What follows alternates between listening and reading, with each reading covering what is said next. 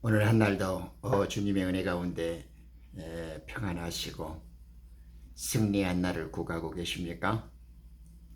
삼양올리 기독선, 일관독법 종괄 제설의 기독선, 성경이 열리고 구원과 만나는 기독선의 모선사입니다. 오늘 이 시간에도 반갑습니다. 하나님의 은혜와 사랑이 충만하시기를 거듭 빕니다.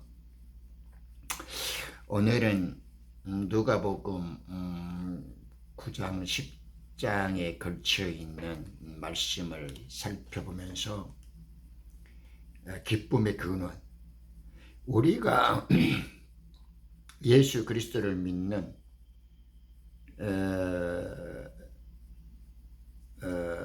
후에 구원을 가진 후에 갖게 되어지는 기쁨과 평안이 참으로 놀랍고 경이롭죠. 그런데 많은 사람들은 그리스도를 믿고 구원의 감격을 가진 후에 기분과 감정적으로 은혜 받았다, 또 이렇게 자기가 예수 믿으면 이렇게 기분이 좋고 마음이 좀 풀어졌다, 평안이 왔다, 뭐 이렇게 말한단 말입니다. 그렇죠? 그런데 흔한 짓거리 보면 또 조금 있으면 또 흔들어 주세요 써니텐처럼 죄짓고 또 흉측하고 안 믿는 자보다 더 회개한 짓거리로 마치 개가 그 토했던 것을 다시 먹고 돼지가 애쓰고 씻어도 그 더러운 시궁창에 다시 뒹굴듯이, 그래서 하나님께로서 난 자들은 죄 지을 수 없다고 함에도 불구하고 죄를 반복하게 되어지고 결국에는 늘 회개하고 자기 마음을 소지하고 생각을 씻어내도 결국에는 잠시 후에는 또 더 악한 일곱 귀신이 들어와서 그 속에서 자기를 그냥 두지 않는단 말입니다. 지금 이런 종의 영의 모습을 갖고 살아가는 자들이 예수님 오시기 전에 이 주님께서 악한 세대, 이 패역한 세대라고 지적하시는 말세지 말의 현대 교회들의 참상이죠. 아주 극히 더럽고 지극한 불행, 쉽게 고치기 어려운 비극이 계속 자행되고 있습니다. 저도 오늘 살펴볼 이 말씀, 기쁨의 이유와 기쁨의 근원이 무엇인가, 그리스도 안에서 기뻐해야 한다는 것, 성령님께서 주시는 평안이 어떻게 우리 속에 오게 되어지고 그 근원과 그 이유는 무엇인가. 그렇죠? 빌립보서 3장 3절에 우리가 지난 시간에 성령의 인침받는 자들의 세 가지 특징이 그렇게 나타난다라고 했던 말씀을 기억하고 계십니까? 그때 보면 하나님을 예배하고 그리스도 안에서 기뻐하고 육신 속에서 아무런 어떤 확신을 갖지 않는 것, 그것이 하나님의 성령의 인침을 받는 자들의 세 가지 특징이라고 우리가 한번 살펴본 바가 있잖아요. 그래서 두 번째, rejoice in the Christ 예수스라고 하는, 그리스도 안에서 기뻐하고 그리스도가 주신 평안을 누릴 수 있다라는 것이 무엇인가 하는 것을 조금 더 집중적으로 살펴보는 계기이기도 하고, 그것과 뗄 수 없는 관계 속에서 오늘 70명의 제자들이 자기들의 전도 사역을 다녀온 후에 기뻐 날뛰어서 우리 주님께 보고를 드리는 과정에 있잖아요. 귀신도 항복하나이다 해서 기뻐서 이렇게 말할 때 우리 주님이 그런단 말입니다. 귀신이 너희에게 굴복하는 것으로 기뻐하지 말고 너의 이름이 하늘나라에 하늘에 기록되었다는 것을 보다 기뻐하라고 말씀하시죠. 네, 이것이 엄청난 말씀인데 이 기독 종교들은 간과를 하고 참 이렇게 영적인 진리로 새롭게 그리고 강한 충격으로 잘 와닿지 않는 것 같아요. 그것은 눈과 귀를 열어서 마음으로 깨닫게 하시는 성령의 계시치와 청명으로 우리를 기름 부어주시는 하나님의 영에 사로잡힘, 그런 은총과 자비가 아니고는 이러한 말씀들이 존재를 바꾸는 생명의 환희와 극적 그 희열로서 우리 존재를 때리지 않는다는 말입니다. 그래서 이제 제가 다시금 한번 여러분들과 살펴보는 거죠. 제가 이렇게 영상으로서 소회와 자그마한 그 바램을 소망들을 이렇게 기록해 두는 까닭이 있습니다. 뭐 세련되고 우아하게 지저대는 많은 자들이 우리들보다 더 화려하고 더 좋은 것들로 이렇게 많이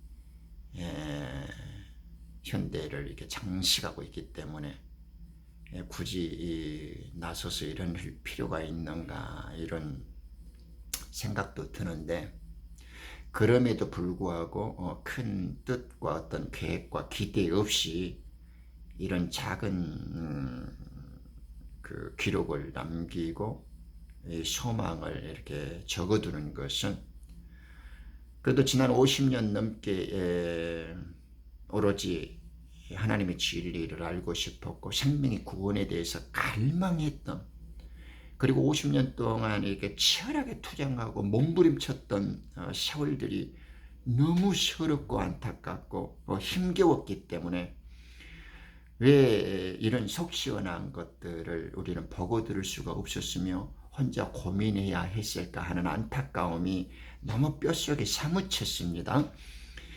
그래서 어느 누군가가 살짝이 이러한 동일한 어떤 고통과 서러움을 겪고 또 갈망이 있다면 그가 살짝이 필요할 때 이와 저와 같은 이런 기록을 꺼내보고 보고 들을 수 있는 기회가 있었더라면 조금의 유익과 작은 도움이라도 되지 않을까 하는 그런 바람과 생각의 의도가 있기 때문에 그렇습니다.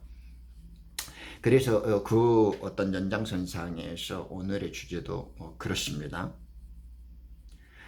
70인들의 제자를 기록하기 전에 마가는 누가 사도는 이렇게 기록자는 아주 예민하고 날카로운 감동을 전해줍니다. 십자가에 70명의 보내심을 받는 사건에 의해서 이 9장에 누가복음 9장에 보면 예수님의 가르침을 이렇게 씁니다. 이 파노라마가 있습니다.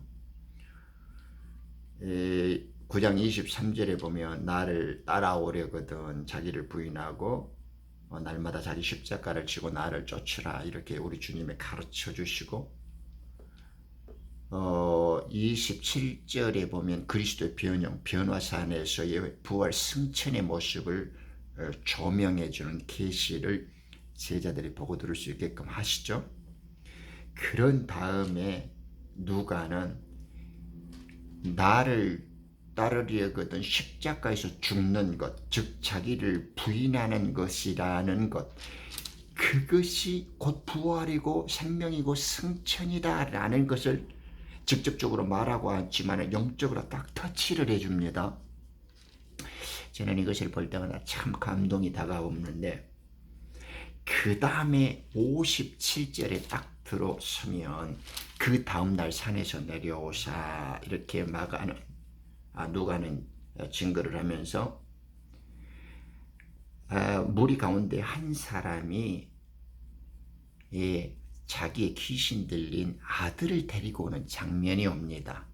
그런데 그가 말하기를 39절에 한 영이 이 아이를 붙들기만 하고 갑자기 소리지고 거품을 내며 발작을 이루고 상처를 입히면서 이 아들에게 떠나가지 않습니다. 내가 선생님의 제자들에게 영을 쫓아 내어달라고 간청했으나 그들은 쫓아내지 못했습니다. 이렇게 말합니다. 그러니까 예수님께서 가르치시죠. 오, 믿음이 없고 삐뚤어진 세대여. 그죠? 우리 주님은 늘 악한 세대, 폐역한 세대라고 말씀하시는데 동일한 장면들을 또 쏟아냅니다. 이 지금 귀신 들린 영과 악한 세대의 대비가 좀 교차하고 있죠. 그리고 다시 한번 당신이 사람들에게 죽을 것을, 십자가의 죽음을 예고해 주십니다. 그리고 그것을 제자들의 마음속에 귀에 담아라 이렇게 말씀했지만은 그들은 이 말씀이 무엇을 의미하는지 알지 못했다고 45절에 기록합니다. 그리고 어린 아이 하나를 영접하는 사건이 있습니다. 이 지금 4개의 파노라마를 살짝 제가 설명을 해드리면, 십자가의 죽음, 즉 너희들이 자기를 부인하는 십자가의 죽음을 알면 부활 승천이 변화산에서 나타난 것처럼 부활 생명에 함께함이 있고, 그것이 산에서 다시 내려와서 보니까 거짓 귀신 들린 한 영이 옵니다. 그런데 그 영의 아버지가 그걸 고쳐주라고 제자들에게 왔어요. 그런데 제자들은 그 귀신 들린 영을 고치지 못하고 제압하지 못합니다. 그러니까 그 세대를 삐뚤어지고 악한 세대라고 우리 주님이 꾸짖습니다. 그리고 한 어린 아이를 영접하게 하고 천국은 이들의 소유다. 이들과 같지 않으면 천국에 갈 수 없다라고 가르칩니다. 죽고 부활이 있고 귀신을 쫓아내는데 못 쫓아내는 악한 세대를 말하고, 그렇지만 다시 어린아이를 영접한 그 순수한 그 자세가 천국은 이와 같은 자들의 것이다 라고 말씀을 먼저 9장에서 딱 깔아놓습니다. 그리고 갈릴리에서 떠나서 새로운 은혜를 이제 펼쳐주기 위해서 제자 70인을 임명하시고 파송하는 권세를 주시고, 귀신을 쫓아서 이 악한 세대를 정복해가는, 그리고 귀신을 쫓아내지 못했던 제자들에게 다시 권능과 권세를 주어서 귀신을 쫓아내는 권세를 주실 뿐만 아니라 이 귀신을 쫓아내는 새로운 제자들이 베이비다고 9장에서 어린 아이를 들어서 천국은 이와 같은 자라고 말씀하셨던 가르침이 바로 제자들과 같은 베이비들이라는 것, 주님의 복음 안에서 새 생명 안에서 당신이 주신 권세와 계시를 통해서 그들이 악한 영들과 귀신의 권세를 제어하게 되어지는 하나님의 아들로 새롭게 태어났을 때, 이들이 영적으로 새롭게 태어난 자들이요, 인침받는 자들이요, 계시가 열린 자들이요, 하나님의 아들의 권세, 아들의 영을 받은 그리스도의 비밀을 맡은 자고, 하나님의 선악을 구별하는 자고, 성전된 자고, 그리스도의 일꾼으로서 택함을 얻었던 상속자들이고 하나님의 몸된 지체들이고 왕국의 상속자들이는 것을 이제 깨우쳐주고 있는 것입니다. 이 비밀이 지금 9장과 10장에 연결된 파노라마 속에서 누가는 마치 환자의 예리한 부분에 정밀한 수술칼을 대듯이 그 진단과 흐름과 마지막 처치의 정교함을 살려두고 있습니다. 이 연장선상에서 9장에 보면 지금 우리의 공부의 주제는 참된 기쁨의 근원, 그 이유가 무엇인가를 살피고 있습니다. 공부하다가 주제를 놓치면 안 되겠죠.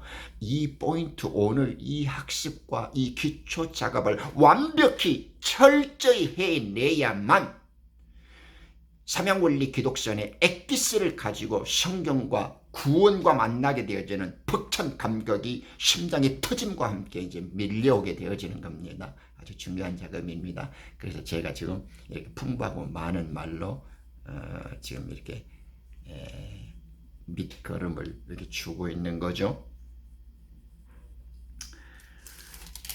이 주님이 귀신을 쫓아내고 보고를 하는 제자들에게 귀신을 쫓아내고 마귀가 너희들에게 굴복하는 것이 중요한 것이 아니라 그보다 더 중요한 것은 너의 이름들이 하늘에 기록되었다라는 사실을 강조해주고 있다는 것에 대해서 지금 이 벅찬 감격을 은혜롭게 계시적으로 깨달아야 한다는 것을, 그래야 우리가 지금 어떤 영의 종류를 갖고 있고 우리가 지금 성경의 진리 속에서 우리의 영적 현주소, 우리 믿음의 정체성, 우리의 소속과 우리의 출신이 무엇인가, 그리고 우리가 앞으로 어떻게 영적 그 성장과 완성 속에 와 다 있는가 하는 그 정체를, 그 실체를 파악할 수 있게 되어진단 말입니다. 이것이 매우 중요하죠.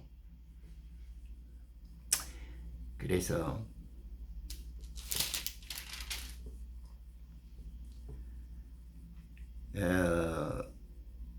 이 말씀이 있기 전에 누가복음 9장 이제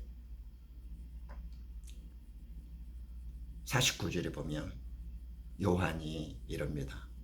선생님, 어떤 사람이 선생님의 이름으로 마귀를 쫓아내는 것을 우리가 보았는데 그는 우리와 함께 따르지 않는 사람이었습니다. 이래요. 그러니까 예수님이 그를 막지 말아라. 우리를 반대하지 않는 사람은 우리를 위하는 사람이다. 이렇게 말씀하셔요. 그리고 이제 이 사마리아인들은 주께서 예루살렘으로 이제 가기 때문에 이제 주를 영접지 아니하였다고 이제 그러죠. 그래서 이제 54절에 보면 야고보와 요한이 또 주께 말씀을 드립니다. 우리가 하늘에서 불이 내리도록 명하여 마치 엘리야가 한 것처럼 그들을 살라버리기를 원하십니까? 이렇게 또 물어요. 그럴 때 저의 가슴을 강하게 때렸던, 그리고 또 잊을 수 없던 감동이 여기에서 한번 소용돌이치죠. 주께서 돌아서서 그들을 꾸짖으시며 그러죠. 리부크했단 말이죠. 너희는 너희가 어떤 영을 지녔는지 알지 못하고 있도다. 이렇게 55절에. 인자는 사람들의 생명을 멸하려고 온 것이 아니라 구원하려고 왔느니라. 예수님의 가장 사랑받고 정교한 영적 관찰력을 가졌던, 그리고 사랑받았던 요한이 예수님께 불평하고 이렇게 비난하는 자들을 엘리야처럼 하늘로부터 영을 받아서 저들을 죽여버릴까요? 하니까 주님은 대답해 주시고 대꾸하시는 말씀이 너희들이 어떤 영을 가졌는지를 모른대요. 여러분, 지금 기독선에서 모선서와 함께 삼양원리 일관독법으로 성경을 꿰뚫어가고 구원을 계시로 충만케 쌓아가서 우리의 믿음의 정체성과 영적 현주소, 이것을 깨닫게 되어지는 학습에 있어서 여러분들이 지금 가진 영이 어떤 영인지 분명하게 알고 있습니까? 그리고 그것을 알 수 있는 방법은 어떻게 알았습니까? 그리고 그 영을, 내가 가진 영이 어떤 영이기 때문에 그 영의 위력과 권세가 어떤 것이라는 것을 날마다 기뻐하고 확인하고 실천되어지고 있는 것입니까? 여기서 우리 주님은 동고동락했고 왕국의 비밀들을 그때그때 늘 배우고 있었던 가장 사랑하는 제자조차도 지적을 해주시죠. 세상에 예수님 보고 같이 십자가 돌아가실 때까지 수없이 그 비유로 계시는 왕국의 비밀과 그 권능의 말씀들을 보고 들은 자인데도 너는 네 속에 있는 네가 가진 영이 무엇인지를 너는 모른다. 그 하는 말을 보면 그가 어떤 영을 지녔는지를 우리는 알게 된단 말입니다. 그러죠. 그러므로 마태복음에도 이야기하지 않습니까? 그죠? 왜냐하면 그들의 열매로 그들을 알 수 있다고요. 그러니까 그들의 입술의 열매를 보면 그들이 어떤 영을 갖고 있는지 금방 우리는 알 수가 있는 거죠. 예수님께서도 만약에 아들의 영을 갖고 있고 그리스도의 영, 하나님의 영을 갖고 있는 자들이라면 언어를 그렇게 구사하지 않죠. 그러니까 이제 하나님께서는 그것을 예수님께서는 가르쳐주고 계시는 거예요. 중요하죠.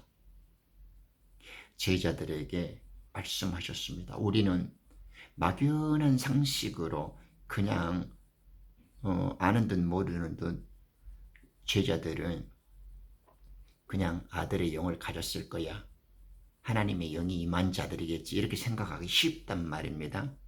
그러나 불행하게도 제자들은 자기들이 어떤 영을 갖고 있는지를 알지 못했다는 사실을 예수님께서는 지적해주고 계신다는 겁니다.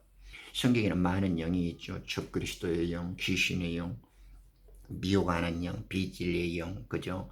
종들의 영, 이게 표현되어지는 많은 영들에 대한 이야기가 성경에 있지 않습니까? 성경은 크게 하나님의 영과 사탄의 영들의 싸움이니까요. 이 두 부류에서 크게 나눠지고 있죠. 자, 이제 기초적인 밑거름을 이제 염두해 두시고 이제 10장으로 넘어가서 10장에서 이제 17절에 보면 그 70명의 제자들이 선교 보고를 하는 장면이 나옵니다. 그 70명이 기쁨으로 돌아와서 주의 이름을 대면 그러죠. 주의 이름을 대면 마귀들까지도 우리에게 복종하더이다 라고 합니다. 주께서 그들에게 말씀하시기를 사탄이 하늘에서 번개처럼 떨어지는 것을 내가 보았노라 이러죠. 보라, 내가 너희에게 뱀과 청갈을 밟으며 원수의 모든 능력을 제할 권세를 주노니 아무것도 너희를 결코 해치지 못할 것이다.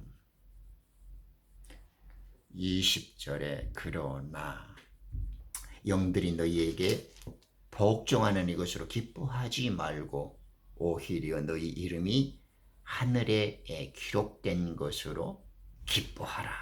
그러죠.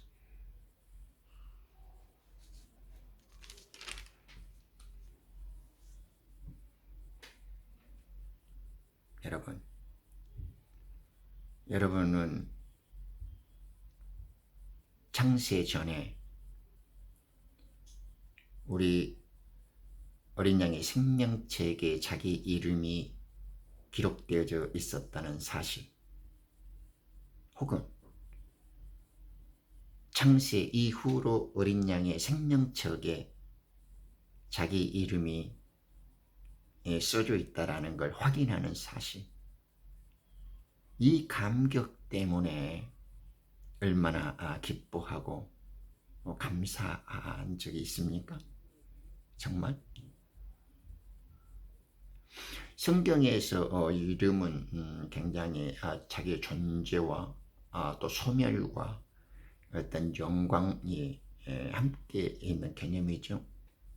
그래서 오직 하면 하나님께서는 이 땅에 오셨을 때 에덴이라는 성전 속에서 함께 계셨고 타락 이후에도 따로 광야에서 성막을 예비하신 다음에 당신의 이름을 지성소에 두지 않았습니까? 하나님의 이름이 있는 곳에서는 곧 하나님의 존재가 계셨죠. 우리의 이름이 있다라는 곳에는 곧 우리의 존재가 있다라는 거 아닙니까? 그래서 하나님은 거룩한 이름 속에 당신의 존재를 담아두셔서 우리에게 알게 하셨듯이 우리의 이름을 하나님께서는 하늘 빛의 나라의 성전 속에 당신의 보좌 옆 테이블에 그 책 속에다가 예전에 품속에 생명으로 가지고 있었던 우리들을 그 존재를 보좌 앞에 생명책에 기록된 이름으로 우리를 확인하고 갖고 계시고 알고 계신단 말입니다. 그것이 생명책의 진실이죠. 그런데 시편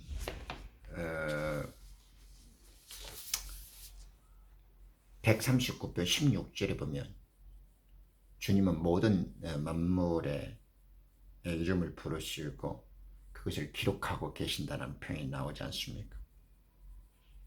그런데 주님이 갖고 계셨던 모든 권세는 그리스도께서 넘겨짐을 받았고 다 주었습니다. 그래서 이제 그 하나님 아버지가 갖고 계셨던 주님의 책은 이제 우주 만물을 하나로 되게 하시고 통일로 하나 되게 하시려는 그리스도의 권세를 취하심으로 해서 만물의 주가 되게 하심으로 인해서 아버지의 책은 예수 그리스도의 어린 양의 책으로 이제 우리들 앞에 보여지게 되었죠. 그래서 하나님께서 섭리하시고 경륜 속에 갖고 계셨던 모든 권세, 기록되어진 구속받을 자들의 이름 또한 어린 양의 생명책의 기록으로 남겨지게 되었고 넘겨졌단 말입니다.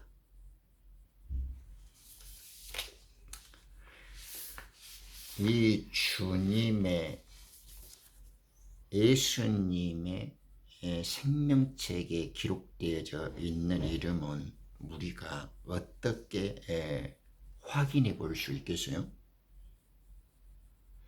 한번 가만히 생각을 해 보십시오.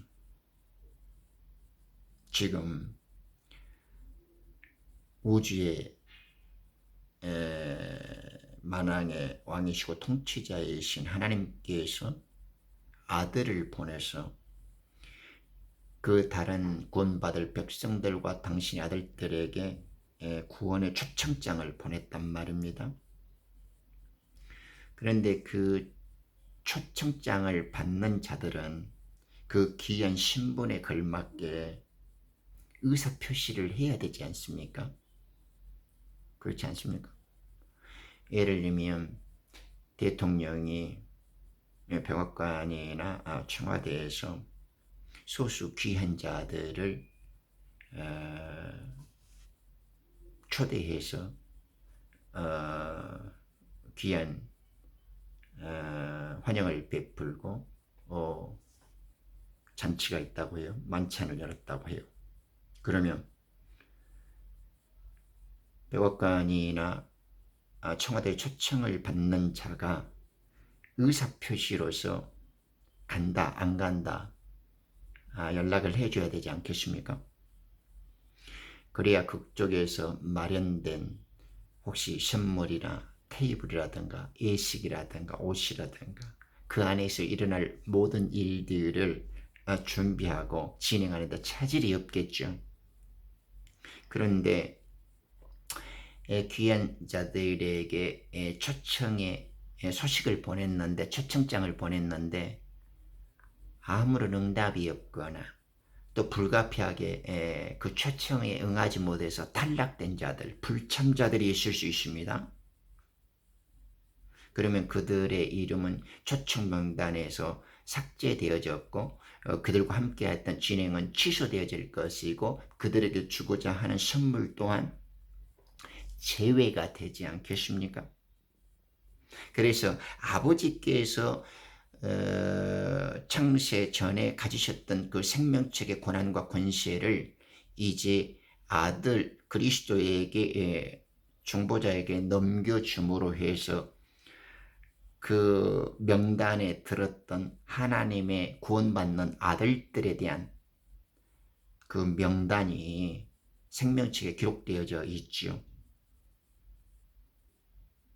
그것이 하나님께서 아들에게 보내준 자고 예수님의 고백처럼 아버지께서 나에게 보내준 자는 내가 하나도 잃어버리지 않았고 그들을 지켰습니다. 그러죠.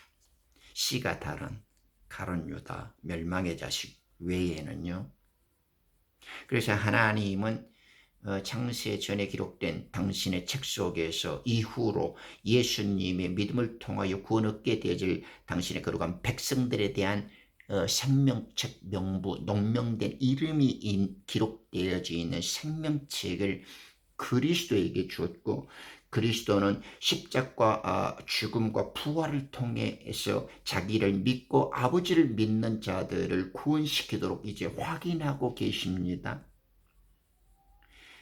그것을 아버지께 받는 이름, 아버지께 받는 그 생명책의 이름과 당신이 전달해 줬고 아버지의 그 뜻을 알아듣고 믿음으로 십자가 앞으로 나오게 되진 자들을 성령께서 인침으로써 이들이 초청받는 자들이고 초청받는 자들이 우리들의 초청에 하늘나라의 예수 그리스도의 믿음으로 그 부름에 응답하는 자들인지 성령께서 하나하나 확인하시면서 그 이름을 세고 점검하고 있단 말입니다.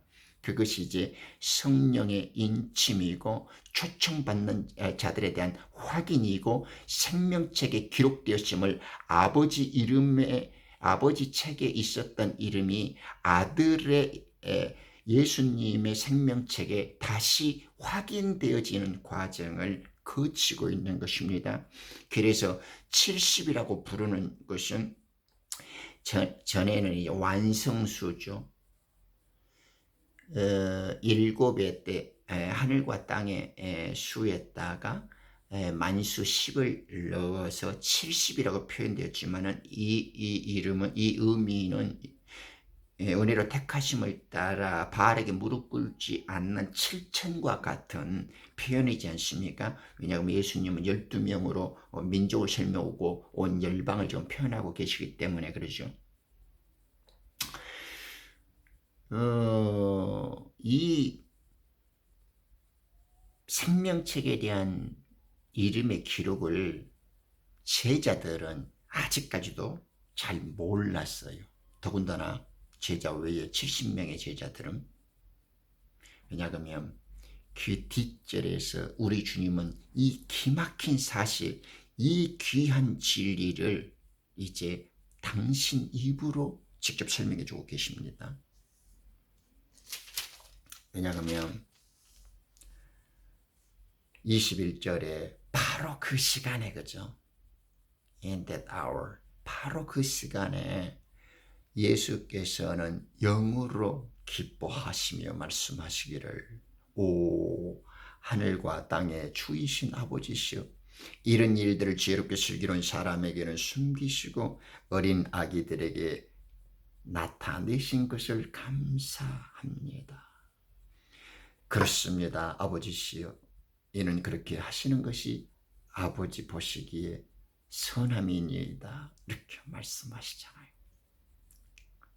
좀 생뚱맞게 들리는 거예요. 지금 예수님의 우리들을 위해서 가르쳐 주시는 이 말씀이 예수님의 말씀 한마디 한마디는 이 만왕의 왕이요 만주해 주시고 전능하시고 전지하신 아버지의 뜻의 표현이었고 당신의 계획이었고 그 일을 이루시고 있는 아버지와 아들의 표현이지 않습니까?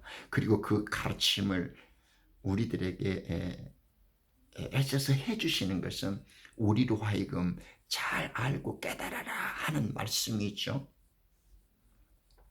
이 말씀이 지혜롭고 슬기롭다 하는 자들은 지금 율법 아래에 있는 서기관이나 바리새인들이나 이 성전 직무자들, 교회자들은 그들은 교권도 알고 율법도 알고 토라도 박식했었고 모든 것을 유전과 전통과 자기 지식들을 만들어서 스스로 지혜 있는 자고 자기 의를 쌓는 자들이에요. 그러니까 하나님과 예수님은 자기들 안중에 없어요. 오늘날 아이들하고 똑같죠. 그런데 우리 주님께서는 70명의 제자들, 우리 주님으로는 베이비라는 소리를 잘하죠. 어린아이라고 꼭 그러지 않습니까? 베이비, 젖먹이들이단 말입니다.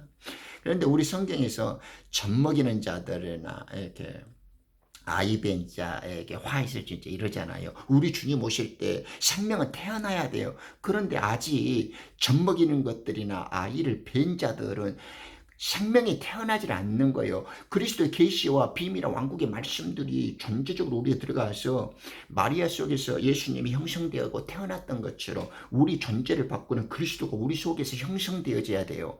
그런데 우리 속에서 태어나는 그리스도와 그 창조의 능력이 우리 존재 속에서 태어나지를 못한단 말입니다. 수태만 되고 젖먹이만 되어지고 젖먹이가 되어지고 아이를 뵌 상태에서 새 생명으로 잉태가 안 돼. 그 애들이 성경에서는 지금 내가 그날에 젖먹이는 자와 그 아이 뵌 자들에게 화 있을진저라고 저주를 하는 것입니다. 그런데 지금 이 제자들은 다행히 이제 어린 아이들이 됐어요. 그래서 이 어린 아이들, 그 70명의 우리는 지금 귀신을 쫓아내고 하나님의 나라가 권능이 임하고 우리 주님 그랬잖아요. 지금 이게 강한 자가 더 큰 강한 자를 결박했을 때, 즉 우리가 귀신을 쫓아내면 하나님의 나라가 임하였다고 가르치신 예수님께서는 지금 이곳에 우리들이 아들의 권세를 사용해서, 왜냐하면 주님 오심이 마귀에 대한 심판이었고 하늘에서 지금 사탄이 떨어졌다라는 것 자체가 그들이 공중 권세를 잡고 있었는데 그들이 있어야 할 처소를 주님의 오심으로 해서 잃어버리게 되고 이 땅에 이제 그들은 멸망당해졌고 심판을 처단을 받았단 말입니다. 그래서 이제 그것을 우리 주님께서는 다시 확인시켜 주시면서 빛의 아들들, 나와 함께 몸된 지체들, 교회들은 이런 귀신들을 쫓아내는 것은 당연한 권세를 이제 가진 겁니다. 그죠? 악령들을 쫓아내고 병자들을 치유해 주고 복음 증거를 위해서 모든 것들은 그리스도께서 아버지께서 받았던 것처럼 그리스도께서는 또한 그 제자들에게 몸된 지체들에게 하나님의 아들들에게 다 내주셨어요. 그래서 이제 그들에게 당연하지만은 제자들은 아직 그것을 깨닫지 못하고 있기 때문에 그것을 기뻐하지 말고 진짜 기뻐한 것은 너희들의 이름이 하늘에 기록되었다는 겁니다. written, 그죠? in heaven. written in heaven이라고 하는 말은, 그죠? 하늘에 너희들의 whose names, 너희들의 이름이 하늘에 기록되었다라는 말은 이제 너희들이 하나님의 원래 창세전에 생명책에 기록된 자들이었었고 또한 예수님께서 죽음과 부활을 통해서 너희들에게 생명책에 기록된 그 자들을 확인하고 점검하고 이에 동의해서 변함없이 이제 그것이 밝혀진 자들, 흔들릴 수 없도록 이제 정착되어지고 결정된 자들이라는 거. 그래서 너희들이 베이비들이지만은 이제 완전히 새로 태어났고 하나님의 빛의 아들로 이제 아버지께 주셨던 그 책에서 나의 생명책까지 초청에 완전히 응해서 이제 흔들림 없는 그 구원의 완벽함을 성취당한 자들이다. 그것이 진짜 기뻐해야 할 일이다 그 말입니다. 왜? 진짜 아들들에게 귀신을 제어하고 하나님의 나라가 임하고 온전히 주의 성전됨으로써 왕국을 만들어가는 그 일들은 당연히 주어진 것이기 때문에 그렇습니다. 너무 벅차죠. 오늘은 우리가 어떻게 참된 기쁨의 근원을 가질 수 있는가에 대해서 알아봤습니다.